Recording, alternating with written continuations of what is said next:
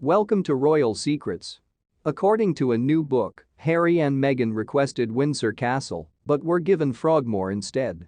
Frogmore Cottage, the couple's house in Windsor, will continue to serve as their primary residence when they visit the UK. The Duke and Duchess of Sussex received Frogmore Cottage from Queen Elizabeth II as a wedding present in 2018. But according to a close friend of the late monarch, the couple had their hearts set on a suite of apartments at Windsor Castle. Before the Queen gave them Frogmore Cottage, the couple resided in Nottingham Cottage on the grounds of Kensington Palace. At the time, Prince William and Kate also resided in apartment 1A at Kensington Palace, but they have since moved to Adelaide Cottage near Windsor. Before their May 2018 nuptials, the late sovereign reportedly gave Harry and Meghan Windsor's Frogmore Cottage. But the Queen's longtime friend Lady Elizabeth Anson, who passed away in 2020, claimed that the Windsor residence was a huge matter in the Queen's eyes. Additionally, the Queen is claimed to have said, "I hope they'll respect it." The assertion was made by Katie Nichols in her most recent book, The New Royals, which examines members of the royal family and how the monarchy has evolved through time. "The cottage was a big thing," Lady Elizabeth is quoted as saying in an excerpt from the Mail on Sunday. "Their cottage is very adjacent to the Queen's entrance to the gardens. In essence, it serves as her own space, her backyard, and her isolation." By giving Harry and Meghan Frogmore Cottage, she was giving that up. "We all believed that she had acted extremely boldly. I hope they'll respect it," she remarked. The five-bedroom house where Harry and Meghan will reside during their visit to the UK has reportedly had its lease renewed, according to recent reports. When the royal couple relocated to the US in November 2020, Princess Eugenie moved in. However, according to reports, she has since left and will now split her time between Nottingham Cottage at Kensington Palace and their home in Portugal. The assertion was made upon Harry and Meghan's arrival in the nation after the Queen's passing on September 8. The couple stayed in the UK until the late monarch's funeral on September 19 and for the duration of the formal period of mourning. The couple has since returned to their Montecito mansion in Santa Barbara by plane. The death of Queen Elizabeth II brought the Duke of Sussex back together with his father, Charles, and older brother, Prince William, as they grieved and followed her casket in multiple processions. To prevent Charles from becoming king, Andrew lobbied hard and hoped William would wear the crown. According to recent reports, the Duke of York and the former Prince of Wales' relationship has deteriorated.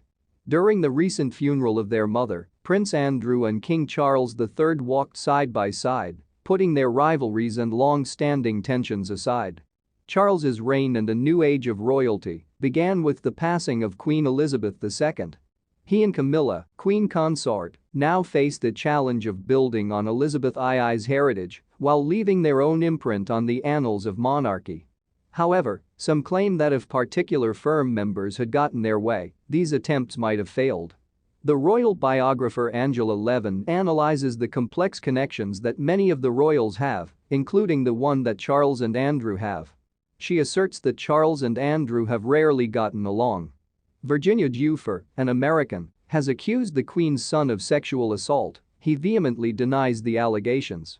Virginia Giuffre's legal team reached an out-of-court settlement with her earlier this year.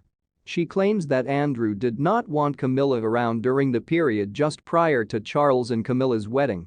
However, Ms. Levin's assertion that Andrew lobbied hard to prevent Charles from becoming king is even more disgraceful. Camilla, Duchess of Cornwall. From outcast to Queen Consort, an excerpt from her new book that was published in the Daily Telegraph says that when Diana was alive, she conspired with Andrew to try to displace Prince Charles so that Prince Andrew could become regent to Prince William, who was then a teenager, through their friendship with Sarah, the Duchess of York, Andrew's wife.